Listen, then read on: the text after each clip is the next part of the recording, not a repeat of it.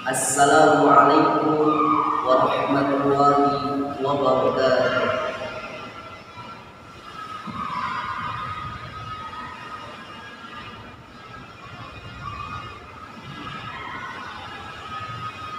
Innal hamdalillah nahmaduhu wa nasta'inuhu wa nastaghfiruh wa na'udzu billahi min shururi anfusina wa min sayyiati a'malina. May yahdihillahu fala mudilla lahu wa may yudlil fala hadiya lahu. Asyhadu an la ilaha illallah wahdahu la syarika lahu wa asyhadu anna Muhammadan 'abduhu wa rasuluhu la nabiyya ba'dahu. Allahumma shalli wa sallim wa barik ala sayyidina Muhammad wa ala ali sayyidina Muhammad. Amma ba'd. Fa ya ibadallah, usikum wa nafsi bi taqwa. Qad faza al-muttaqun. Qala Allah ta'ala fi kitabil karim. A'udzu billahi minasyaitonir rajim. Bismillahirrahmanirrahim. Ya ayyuhalladzina amanu taqullaha haqqa tuqatih wa la tamutunna illa wa antum muslimun. Hadirin sidang Jumat yang dimuliakan oleh Allah Subhanahu wa taala. Marilah kita tingkatkan iman dan takwa kita pada Allah Subhanahu wa taala dengan menjalankan perintah Allah serta meninggalkan larangan-larangannya. Karena sebaik-baik bekal untuk menghadap Allah adalah bekal takwa. Dan sebaik-baik manusia di hadapan Allah, dia adalah orang yang bertakwa. Inna akramakum 'indallahi atqakum.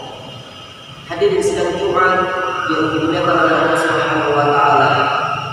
Pada kesempatan yang sangat berbahagia ini, khatib akan menyampaikan sebuah khutbah yang berjudul Ad-Daruriyat Al-Khamsah, upaya untuk menjaga agama, jiwa, keturunan, harta serta akal.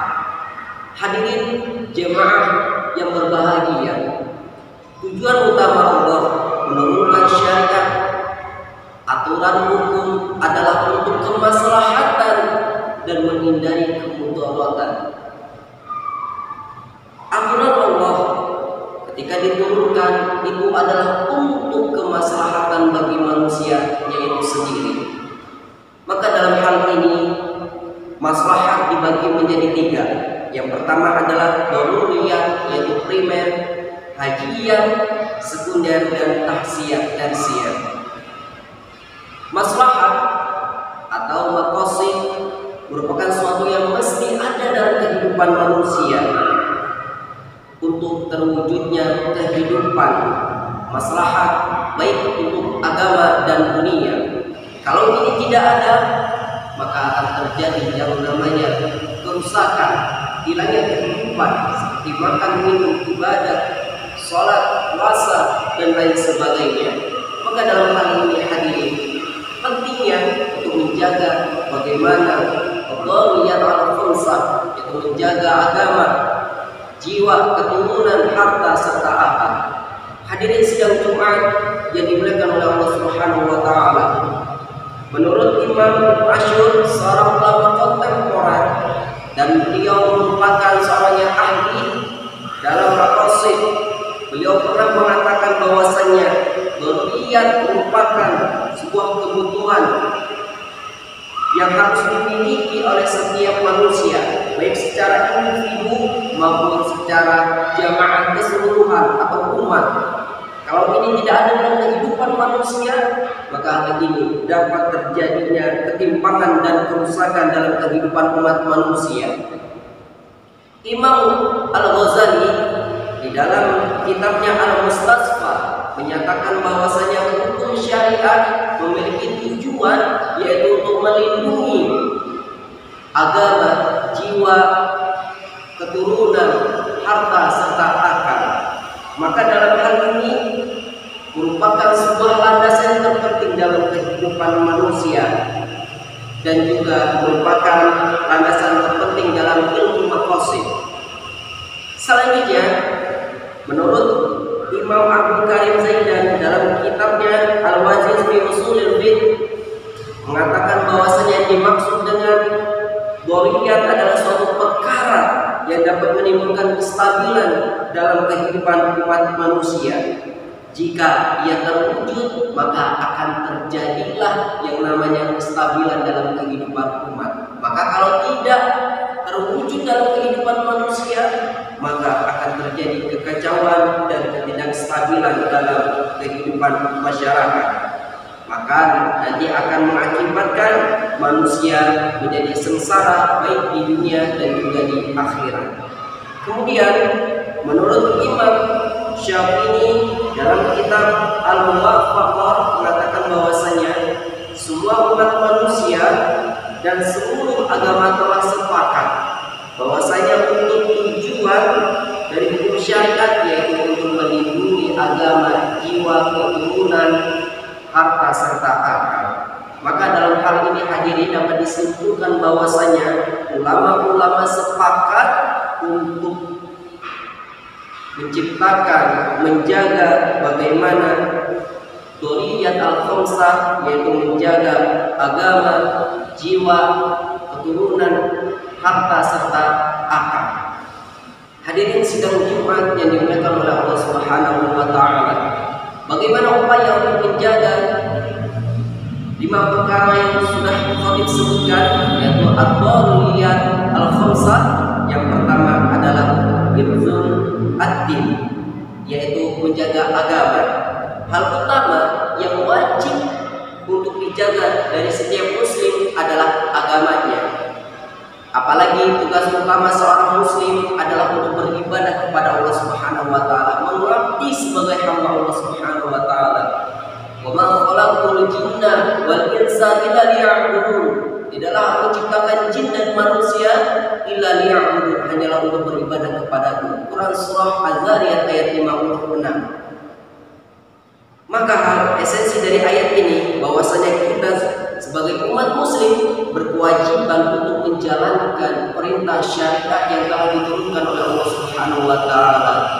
Tentu dengan menjalankan iman, beriman kepada Allah, melaksanakan amal soleh dan serta berbuat baik kepada hubungan Allah serta manusia.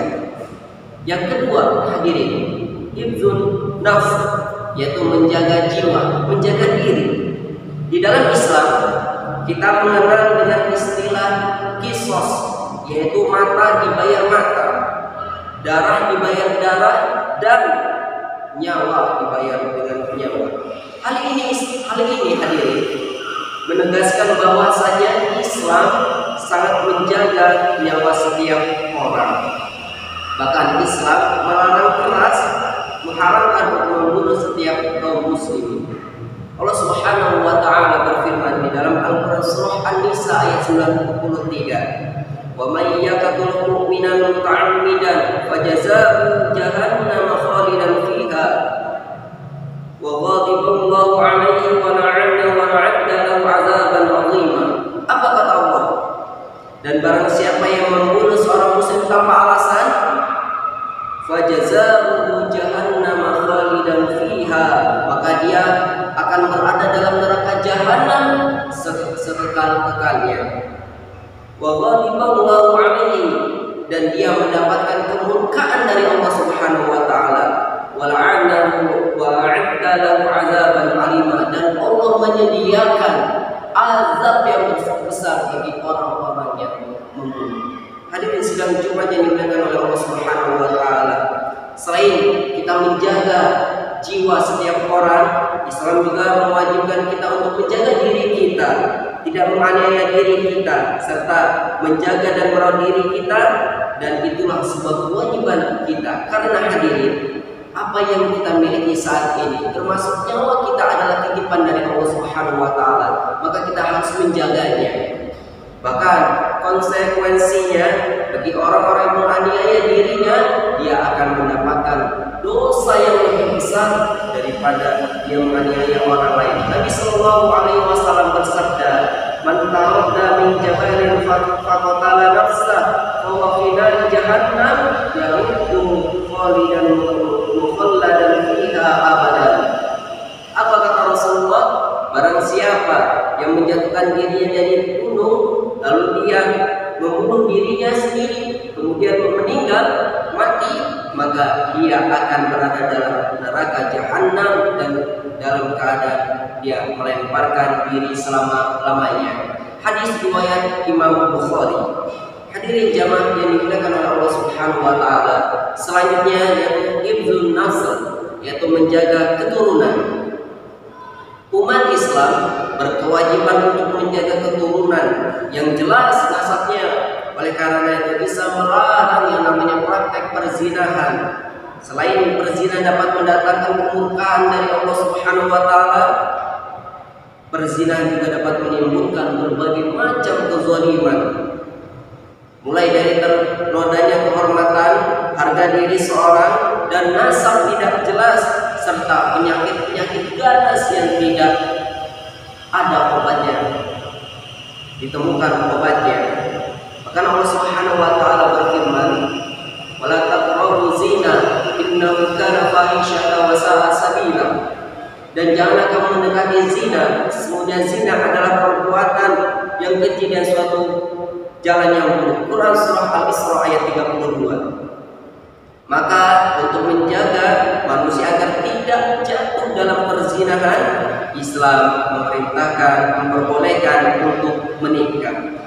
Wa anqihul ayama minkum was-salihina min ibadikum wa imaikum iyakunu fuqara ayyuhum wa min fadli wallahu wasi'un 'alim.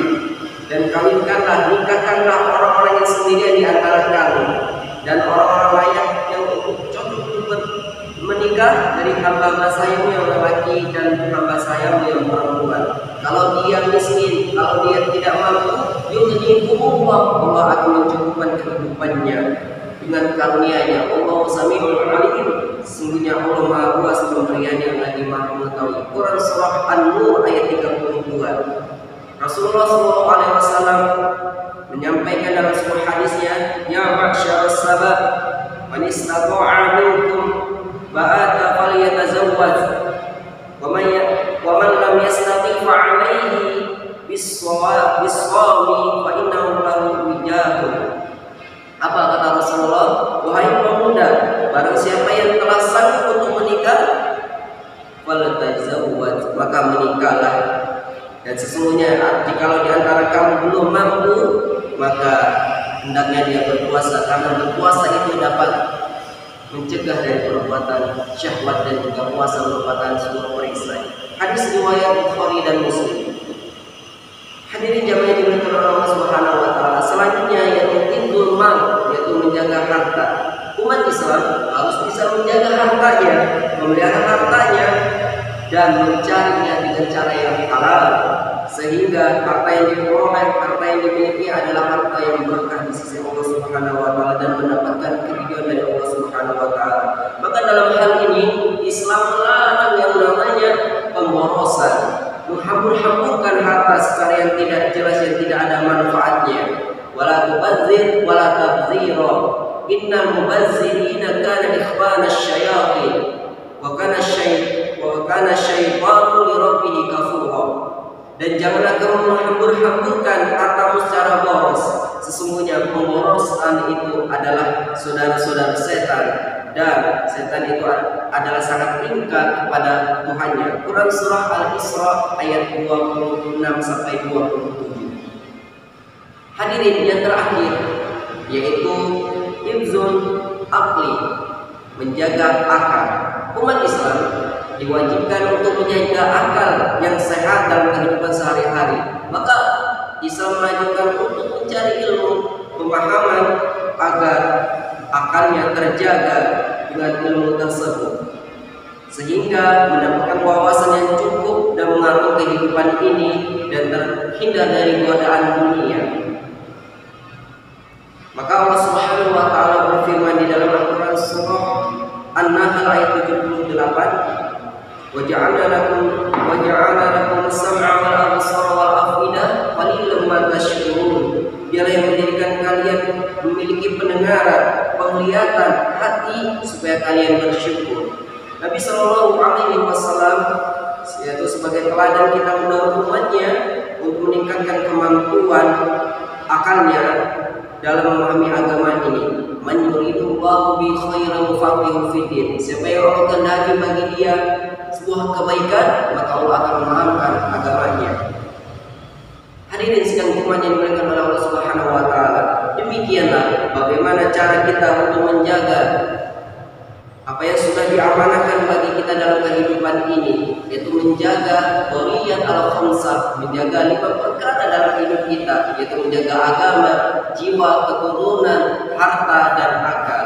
Kalau kita bisa menjaga ini, maka kemaslahatan akan hadir dalam kehidupan kita. Maka tidak ada lagi yang namanya terjadi pembunuhan, tidak ada lagi terjadi yang namanya ketidakstabilan dalam kehidupan ini, sehingga hidup kita akan terjaga, hidup kita akan sesuai dengan aturan dari Allah Subhanahu wa taala. Barakallahu li wa lakum fil Qur'anil 'azim wa nafa'ani wa iyyakum bima fihi minal ayati wa dzikril hakim. Aqulu qawli hadza wa astaghfirullah innahu ghafurur rahim. Alhamdulillah hamdan katsiran kama amara. Asyhadu an la ilaha illallah wahdahu la syarika lahu wa asyhadu anna Muhammadan abduhu wa rasuluhu la nabiyya ba'dahu. Allahumma shalli ala sayyidina Muhammad wa ala ali sayyidina Muhammad. Wa ya ibadallah usikum wa nafsi wa iyaya bittaqwa faqad faza al-muttaqun. Qala Allah ta'ala fi kitabil karim, a'udzu billahi minasyaitonir rajim. Bismillahirrahmanirrahim. Inna Allaha wa malaikatahu yusholluna 'alan nabi ya ayyuhalladzina amanu shallu 'alaihi wa sallimu taslima.